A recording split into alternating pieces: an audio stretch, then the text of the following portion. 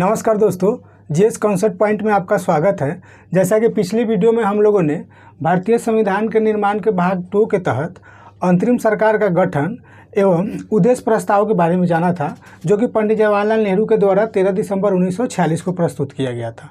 आज के वीडियो में हम लोग उसी क्रम में आज हम लोग पढ़ेंगे कि संविधान के निर्माण से संबंधित कौन कौन से महत्वपूर्ण समितियां गठित की गई थी एवं संविधान सभा ने संविधान का निर्माण किस प्रकार से किया, उसके बारे में डिटेल से जानेंगे।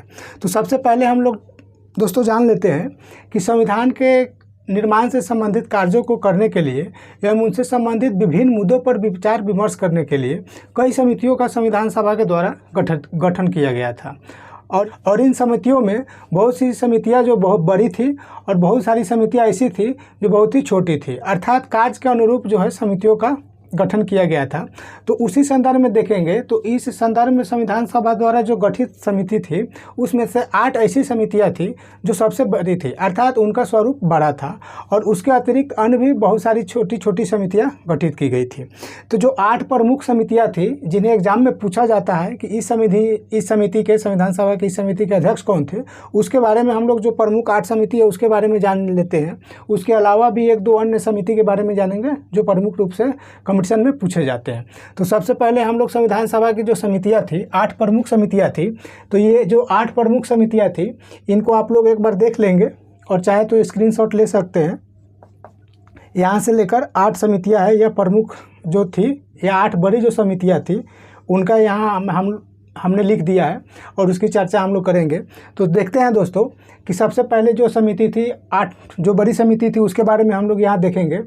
तो संविधान सभा द्वारा जो 8 प्रमुख समितियां थी उनमें से संघीय संविधान समिति, इसके 2 अध्यक्ष थे, वो जवाहरलाल नेहरू। जो समिति था वह संघ शक्ति समिति था, इसके अध्यक्ष भी जवाहरलाल नेहरू थे।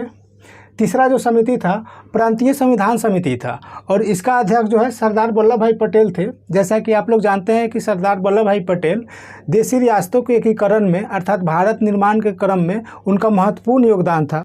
सरदार वल्लभ भाई पटेल को लौह पुरुष की संज्ञा दी जाती है, तो इसे आप लोग ध्यान में रखेंगे, यहाँ लगा कि मुझे बता देना चाहिए। तो प्रांतीय संविधान समिति का जो है इसका जो अध्यक्ष थे वो सरदार पटेल थे, अर्थात सरदार वल्लभ भाई पटेल। अगला जो समिति था वह संचालन समिति था, इसके अध्यक्ष डॉक्टर राजेंद्र प्रसाद थे। उसके बाद का जो समिति था प्रारूप समिति।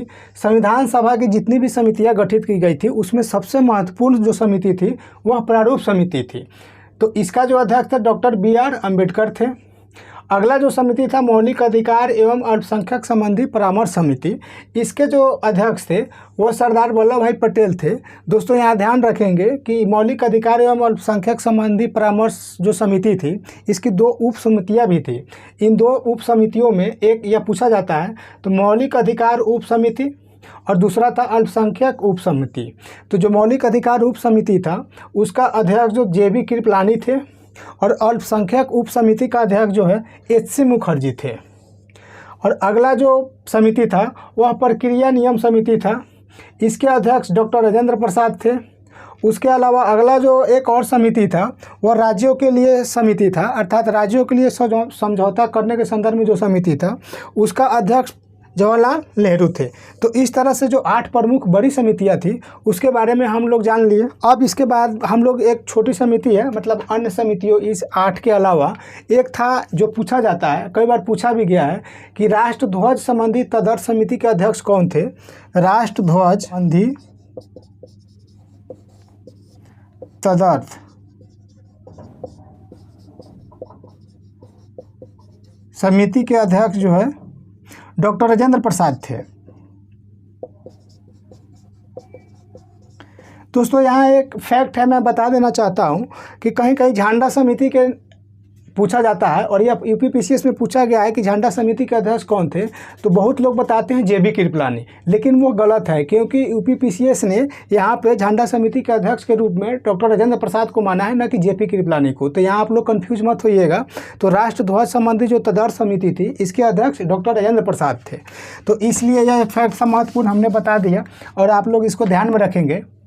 अब हम लोग देखेंगे कि ये जो 8 बड़ी समितियां थी इसके बारे में जान गए और इसके अध्यक्ष कौन थे, और आगे जो हम देखेंगे कि इन सभी समितियों में जो सबसे प्रमुख समिति थी उसका नाम था प्रारूप समिति अर्थात ड्राफ्टिंग कमेटी। और यह जो कमेटी थी संविधान का प्रारूप तैयार करना था, इसको क्या ढांचा होगा संविधान का, क्या प्रारूप होगा, इसलिए इस प्रारूप समिति का महत्वपूर्ण योगदान था। और ये इससे बहुत सारे क्वेश्चन पूछे जाते हैं, बार बार पूछे जाते हैं कि इसका गठन कब हुआ, इसके अध्यक्ष कौन थे, इनके सदस्यों में से पूछ लिया जाता है कि निम्नलिखित में से कौन प्रारूप समिति के सदस्य नहीं थे। तो इस सब के बारे में आप लोग यहाँ जानेंगे। सबसे पहले हम देखते हैं प्रारूप समिति। सबसे पहले जान लीजिए कि जो भी समिति थी प्रमुख मतलब संविधान सभा द्वारा जितनी भी समिति गठित की गई थी उनमें सबसे प्रमुख समिति थी तो प्रारूप समिति थी।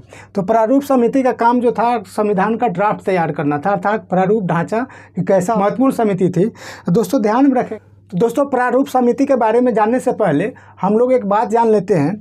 जैसा कि 14-15 अगस्त को अर्थात 14 को पाकिस्तान आज़ाद हुआ और स्वतंत्र डोमिनियन के रूप में, स्वतंत्र एक देश के रूप में, और भारत 15 अगस्त को।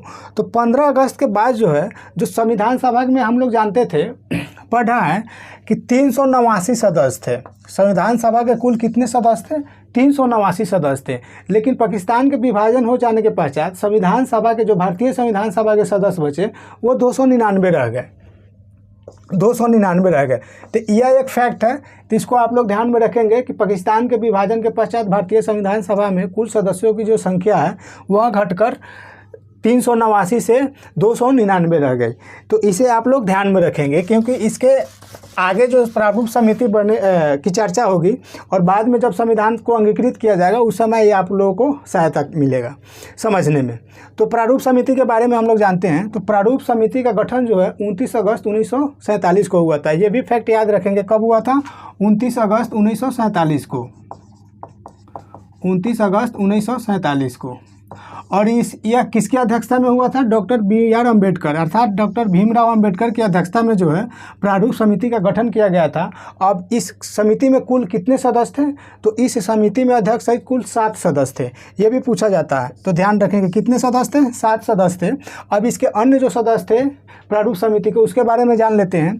दूसरे जो सदस्य थे, एक तो डॉक्टर B.R. अम्बेडकर इसके अध्यक्ष थे।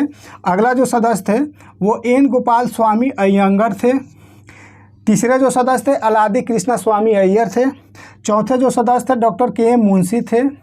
पांचवें जो सदस्य थे सैयद मोहम्मद सादुल्ला। छठे जो सदस्य थे यह N. माधव राव थे। N. माधव राव की नियुक्ति जो है प्रारूप समिति के सदस्य के रूप में उस समय किया गया जब इसके पहले जो इस समिति के सदस्य थे B.L. मित्र, लेकिन इन्होंने अपने स्वास्थ्य कारणों से त्याग पत्र दे दिया, रिजाइन दे दिया। इसके पश्चात B.L. मित्र के स्थान पर ही N. माधव राव को नियुक्त किया गया था। इसके अगले जो सदस्य थे और 7वां सदस्य यह T.T. कृष्णमाचारी थे अर्थात T.T. कृष्णमाचारी। इनको भी D.P. खेतान के स्थान पर नियुक्त किया गया था। अर्थात पहले इसके रूप में इस स्थान पर D.P. खेतान कार्य कर रहे थे, लेकिन इनकी मृत्यु के पश्चात जो है मृत्यु हो जाने के पश्चात T.T. कृष्णमाचारी को जो है प्रारूप समिति का सदस्य बनाया गया। तो इस तरह से हम लोग प्रारूप समिति के बारे में जान लिए क्योंकि ये महत्वपूर्ण समिति है संविधान सभा की और इससे बार बार प्रश्न पूछे जाते हैं। तो इसका अध्यक्ष डॉक्टर B.R. अम्बेडकर कब गठन हुआ था? 29 अगस्त 1947 को गठन हुआ था। और इसके अन्य सदस्य में N. गोपाल स्वामी अयंगर, अलादा कृष्णा स्वामी Iyer, K.M. Munshi, Syed Mohammad Sadulla, N. Madhav Rao B.L. मित्र के स्थान पर, T.T. कृष्णमाचारी D.P. खेतान के स्थान पर। तो इस तरह से इसमें कुल जो सदस्य थे 7 थे। अब दोस्तों जब क्या हुआ, जब यह समिति का गठन हुआ इसके पश्चात प्रारूप समिति ने अर्थात ड्राफ्टिंग कमेटी ने विभिन्न समितियों द्वारा जो भी प्रस्ताव प्रस्तुत किए गए थे उन पर विचार विमर्श करने के पश्चात इस समिति ने प्रथम बार जो प्रारूप है वह फरवरी 1948 को प्रस्तुत किया। कब? फरवरी 1948 को। अर्थात प्रारूप समिति जो है अपने गठन के पश्चात विभिन्न समितियों के सिफारिशों पर प्रस्तावों पर विचार विमर्श करने के पश्चात फरवरी 1948 को इसने अपना पहला प्रारूप प्रस्तुत किया। और इसके बाद जो है इस प्रारूप पर जनता की राय जानने आए, उन पर सुझाव देने के लिए इसने 8 महीने का टाइम दिया गया था। कितने समय का? 8 माह का समय दिया गया था।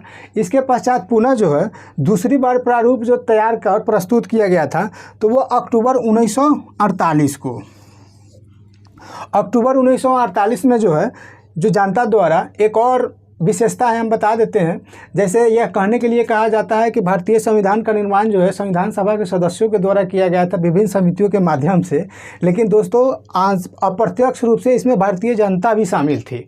ऐसा इसलिए क्योंकि जो प्रारूप प्रकाशित किया गया था उस पर जनता के आवश्यक सुझाव एवं प्रस्ताव संशोधन जो भी चाहते थे, लोग पत्रकार टीवी के समाचार पत्रों के माध्यम से लिखते थे कि इसमें ये होना चाहिए, कोई भी अपना मत व्यक्त कर सकता था। तो इसलिए यह एक इम्पोर्टेंट फैक्ट है कि भारतीय संविधान के निर्माण में यद्यपि प्रत्यक्ष रूप से संविधान सभा के सदस्यों का महत्वपूर्ण योगदान था एवं विभिन्न समितियों का, लेकिन अप्रत्यक्ष रूप से इसमें भारतीय जनता भी शामिल थी। तो यह एक महत्वपूर्ण चीज़ है, जानने वाली बात। तो दूसरी बार जो है अक्टूबर 1948 में प्रारूप समिति ने संविधान का प्रारूप जो है प्रकाशित किया था। इसके पश्चात हम लोग जानेंगे कि संविधान पर 3 वाचन हुए थे। इससे भी प्रश्न पूछे जाते थे कि प्रथम या दूसरा वाचन कब हुआ था या तीसरा वाचन कब हुआ था। तो इस संदर्भ में हम लोग जानेंगे। तो संविधान पर जो प्रथम वाचन हुआ था वह 14 नवंबर 1948 से 9 नवंबर 1948 तक चला था। कब चला था? अर्थात जो प्रथम वाचन था, फर्स्ट वाचन था, यह 4 नवंबर से लेकर 1948 से 9 नवंबर 1948 तक चला था। और इसी वाचन में संविधान के प्रारूप को अर्थात भारतीय संविधान को प्रथम बार पढ़ा गया था। तो इसे आप लोग ध्यान रखेंगे कब? प्रथम वाचन के अंतर्गत थी। दूसरा वाचन जो है यह 15 नवंबर 1948 से लेकर 17 अक्टूबर 1949 तक चला। अर्थात संविधान का दूसरा वाचन का मतलब है कि इस पर जो है एक बहुत लंबे समय अवधि ली जाती थी और इस पर विचार विमर्श किया जाता था। संविधान के जो भी प्रारूप तैयार किए गए थे, प्रकाशित किए गए थे, तो उनसे संविधान के संदर्भ में जितने भी विभिन्न पहलू थे उन पर विचार विमर्श किया जाता था। इसमें क्या हुआ कि दूसरे वाचन में जो महत्वपूर्ण था, इसलिए महत्वपूर्ण था क्योंकि संविधान के खंडवार विवेचन किया गया था। इस पर मतलब इस पर चर्चा किया गया था, डिबेट हुआ था। तो इस पे जो है विस्तार रूप से अर्थात इसके जितने भी खंड थे उस सारे पर चर्चा हुई थी। और इसके अंतर्गत क्या था, दूसरे वाचन के संबंध में लमसम 7,000 से अधिक संशोधन प्रस्ताव आए हुए थे। 7,000 से भी अधिक संशोधन प्रस्ताव दूसरे वाचन के समय आया था। और इसमें से लमसम 2400 के आसपास जो प्रस्ताव थे उसको संविधान सभा ने स्वीकार कर लिए थे। तो यह एक महत्वपूर्ण चीज़ है। इसके पश्चात संविधान का जो तीसरा वाचन है वह 14 नवंबर से लेकर 26 नवंबर 1949 तक चला। अर्थात तीसरा वाचन जो संविधान सभा का स्टार्ट हुआ वह 14 नवंबर 1949 को हुआ और यह 26 नवंबर 1949 तक चला। तो जैसा हम लोग जानते हैं दोस्तों कि 26 नवंबर 1949 का समय बहुत ही महत्वपूर्ण है क्योंकि इसी दिन जो है संविधान सभा के द्वारा भारतीय संविधान को अंगीकृत किया गया था। तो थोड़ा हम लोग इसके बारे में जान लेते हैं, इसके आगे क्या हुआ। जो तीसरा वाचन था जो 14 नवंबर 1949 से लेकर 26 नवंबर 1949 तक चला था। 14 नवंबर 1949 से लेकर 26 नवंबर 1949 तक चला था। इसी के दौरान जो है डॉक्टर अंबेडकर ने यह इस प्रारूप को इस रूप में प्रस्तुत किया था, constitution is settled by the assembly be passed. और इस प्रारूप को संविधान सभा के द्वारा 26 नवंबर 1949 को पारित घोषित कर दिया गया। और इसी दिन जो है 299 सदस्य जो थे, इनमें से मात्र 284 सदस्य ही उपस्थित थे। अर्थात 26 नवंबर 1949 को जब संविधान पारित घोषित किया गया उस दिन कुल 299 सदस्य, जैसा हम लोगों ने पूर्व में बताया था कि पाकिस्तान के विभाजन के पश्चात कुछ जो सदस्य थे वो चले गए थे पाकिस्तान में, वो अलग हो गया, तो वो उसके जो सदस्य थे वो कम हो गया। तो 389 जो कुल संविधान सभा के सदस्यों की संख्या थी शुरू में वह 389 थी। तो पाकिस्तान के विभाजन के पश्चात यह संख्या जो घटकर 299 हो गई। और 26 नवंबर 1949 को जब संविधान को पारित घोषित किया गया संविधान सभा के द्वारा, तो उस समय 299 सदस्यों में से 284 सदस्य ही उपस्थित थे जिन्होंने 26 नवंबर 1949 को संविधान पर हस्ताक्षर किए थे। तो ये फैक्ट है, ये पूछा भी जाता है कि कितने सदस्य उपस्थित थे, अर्थात 26 नवंबर 1949 के डेट में। तो इसको आप लोग ध्यान में रखेंगे। 26 नवंबर 1949 का डेट इसलिए महत्वपूर्ण है कि इसी डेट को जो है संविधान को अंगीकृत किया गया था, अर्थात एडॉप्ट किया गया था।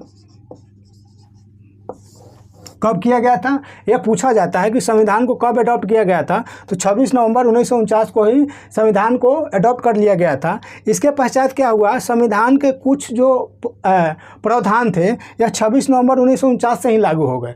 अगर प्रावधानों के बारे में देखा जाए तो इसके तहत कुल 16 अनुच्छेद इसी तिथि से लागू हो गए। इन अनुच्छेदों में देख लीजिए 5 थे, 6 थे, 7 थे, 8, 9, इस तरह से 16 अनुच्छेद थे। इसमें 324 भी था। इसी अनुच्छेद के तहत अब जैसा देखेंगे, क्योंकि 5, 7, 8, 9, 324, 393, 394 इस तरह से करके कुल जो है अनुच्छेदों की संख्या 16 थी, जो कि 26 नवंबर 1949 को ही लागू हो गए थे। और शेष जो संविधान है वह जो हमारा 26 जनवरी 1950 अर्थात 26 जनवरी 1950 को भारतीय संविधान जो है पूर्ण रूप से लागू हो गया, भारत को गणतंत्र घोषित कर दिया गया। तो हम इसी तिथि को संविधान को पूर्ण रूप से लागू कर दिया गया। दोस्तों, इस संदर्भ में हम आपको बताएंगे कि आर्टिकल 394 के अंतर्गत अनुच्छेद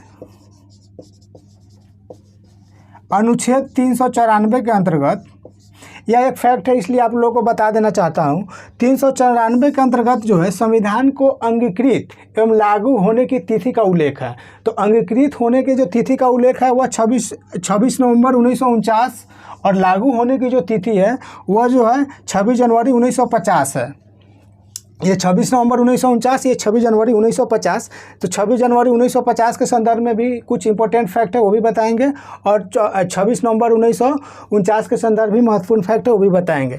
जैसा कि दोस्तों हम लोगों ने जान लिया कि 26 नवंबर 1949 को ही संविधान सभा ने संविधान को अंगीकृत कर लिया था। तो इसी तिथि को ध्यान में रखते हुए 26 नवंबर को प्रत्येक वर्ष संविधान दिवस के रूप में मनाया जाता है। किस दिवस के रूप में? 26 नवंबर को संविधान दिवस के रूप में मनाया जाता है। और यह संविधान दिवस जो मनाने का प्रारंभ जो कब किया गया, तो यह वर्ष 2015 में किया गया। संविधान दिवस, कॉन्स्टिट्यूशन डे, यह कब किया गया 2015 से जो है प्रत्येक वर्ष 2015 से प्रत्येक वर्ष 26 नवंबर को संविधान दिवस के रूप में मनाया जाता है। अब दोस्तों जान लेंगे कि 26 नवंबर 1949 को जब हमारा भारतीय संविधान को अंगीकृत किया गया तो उस समय भारतीय संविधान में कितने अनुच्छेद थे? तो 395 अनुच्छेद थे, 8 अनुसूचियाँ थी, अनुच्छेद 8 अनुसूचियाँ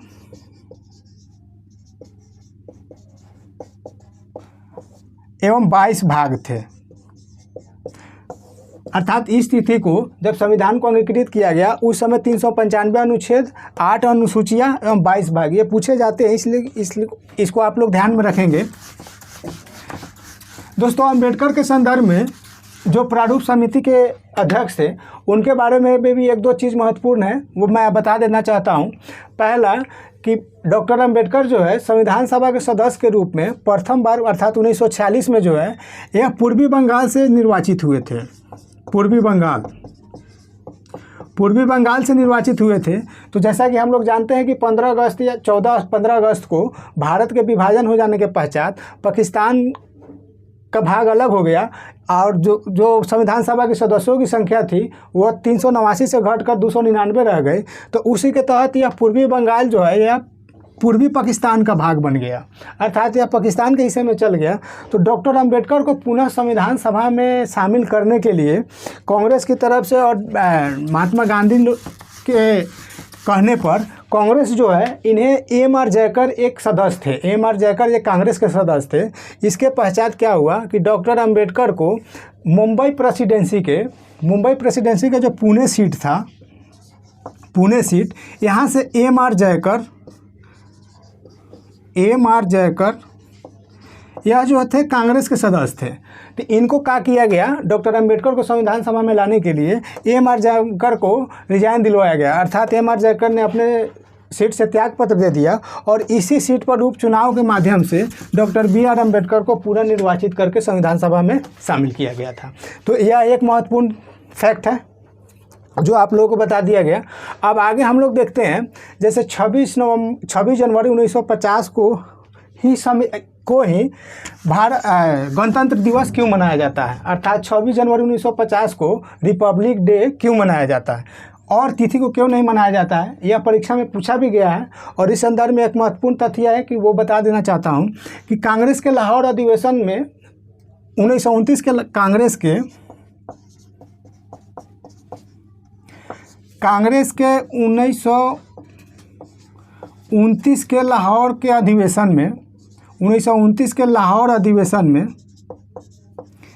एक संकल्प पारित किया गया था कि वर्ष 1930 से प्रत्येक वर्ष 26 जनवरी को पूर्ण स्वतंत्रता दिवस मनाया जाएगा, अर्थात पूर्ण स्वराज दिवस मनाया जाएगा। तो वर्ष 1930 में जो है पूर्ण स्वराज दिवस 26 जनवरी को ही मनाया गया था और यह निर्णय लिया गया था कि इस तिथि को इससे आगे प्रत्येक वर्ष 26 जनवरी को पूर्ण स्वराज दिवस मनाया जाएगा। तो इसी तिथि को यादगार रखने के लिए हमारे संविधान निर्माताओं ने जब संविधान को लागू किया 26 जनवरी 1950 को, तो उसी दिन उन्होंने निश्चित किया संविधान को लागू करना, पहला बात। और दूसरा क्या है कि उसी दिन को निर्धारित रखते हुए इतिहास के संदर्भ में 26 जनवरी को चुना गया था। तो ये आप लोग ध्यान में रखेंगे। पूछा जाता है कि 26 जनवरी को ही रिपब्लिक डे क्यों मनाया जाता है, तो इसलिए क्योंकि कांग्रेस द्वारा 26 जनवरी 1930 को प्रथम बार पूर्ण स्वराज दिवस मनाया गया था और तब से लेकर उन्होंने स्टार्ट कर दिया था कि हम लोग इसी तिथि को प्रत्येक वर्ष पूर्ण स्वराज दिवस या पूर्ण स्वतंत्रता दिवस मनाएंगे। तो उसी को ध्यान में रखते हुए हमारे संविधान निर्माताओं के द्वारा 26 जनवरी का दिन चुना गया और तब से 26 जनवरी 1950 से हम लोग प्रत्येक 26 जनवरी को रिपब्लिक डे अर्थात गणतंत्र दिवस मनाते हैं। तो इस तरह से हम लोगों ने जान लिया कि 26 जनवरी 1950 मतलब 26 जनवरी को ही रिपब्लिक डे अर्थात गणतंत्र दिवस क्यों मनाया जाता है, इसके बारे में जाना। 2-3 फैक्ट और है, उसके बारे में हम लोग जान लेते हैं। यह पूछा जाता है कि भारतीय संविधान के निर्माण में कितना समय लगा, तो भारतीय संविधान के निर्माण में 2 वर्ष 11 माह 18 दिन अर्थात लगभग 3 वर्ष, 2 वर्ष 11 माह 18 दिन का समय लगा था भारतीय संविधान के निर्माण में। एक और चीज़ है कि भारतीय संविधान के निर्माण के संदर्भ में कितने अधिवेशन हुए थे, ये भी पूछे जाते हैं। UPSC में पूछा गया है। तो भारतीय 9 दिसंबर 1946 से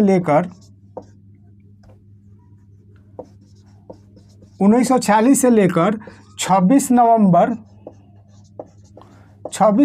1949 तक जो अधिवेशन हुए थे वह कुल 11 अधिवेशन हुए थे। कितने अधिवेशन हुए थे? कुल 11 अधिवेशन हुए थे। लेकिन इसके अंत में जो है एक बार पुनः अधिवेशन सदस्य लोग बैठे थे और जिस पर इन्होंने लगे सारे सदस्यों ने अंतिम रूप से हस्ताक्षर किया था, तो वह 24 जनवरी 1950 को कब हुआ था? 24 जनवरी 1950 को 24 जनवरी 1950 को अर्थात 24 जनवरी 1950 को संविधान सभा की पुनः बैठक हुई और उस बैठक में सभी सदस्यों ने अंतिम रूप से संविधान पर हस्ताक्षर किए। तो यह डेट जो था 24 जनवरी 1950 को, अर्थात अगर इसको सम्मिलित कर दिया जाए और तब पूछा जाए कि भारतीय संविधान सभा का कितने अधिवेशन हुए, तो 12। तो इसको आप लोग ध्यान में रखेंगे। 12वीं बैठक 24 जनवरी 1950 को ही, और 24 जनवरी 1950 को ही इसी दिन डॉक्टर राजेंद्र प्रसाद को भारत का राष्ट्रपति चुन लिया गया एवं संविधान सभा को भंग करके संविधान सभा को अंतरिम संसद में परिवर्तित कर दिया गया। तो इसको ध्यान में रखेंगे क्योंकि 24 जनवरी के पश्चात भारतीय लोकसभा का जो चुनाव हुआ वह 1951-52 में हुआ। तब तक के लिए भारतीय संविधान सभा जो है अंतरिम संसद अर्थात अस्थायी संसद के रूप में काम किया। तो इस चीज़ को भी आप लोग ध्यान में रखेंगे। तो दोस्तों इस तरह से हम लोगों ने इसमें जो है आज भारतीय संविधान निर्माण के भाग 3 के तहत संविधान का निर्माण के संदर्भ में विभिन्न प्रमुख समितियों के बारे में जाना और इस तरह वाचन और इसमें जो भी प्रमुख कॉन्सेप्ट था, फैक्ट था, उसके बारे में जाना। अगले वीडियो में हम लोग देखेंगे विशेषताएं एवं स्रोत के बारे में। तब तक के लिए धन्यवाद।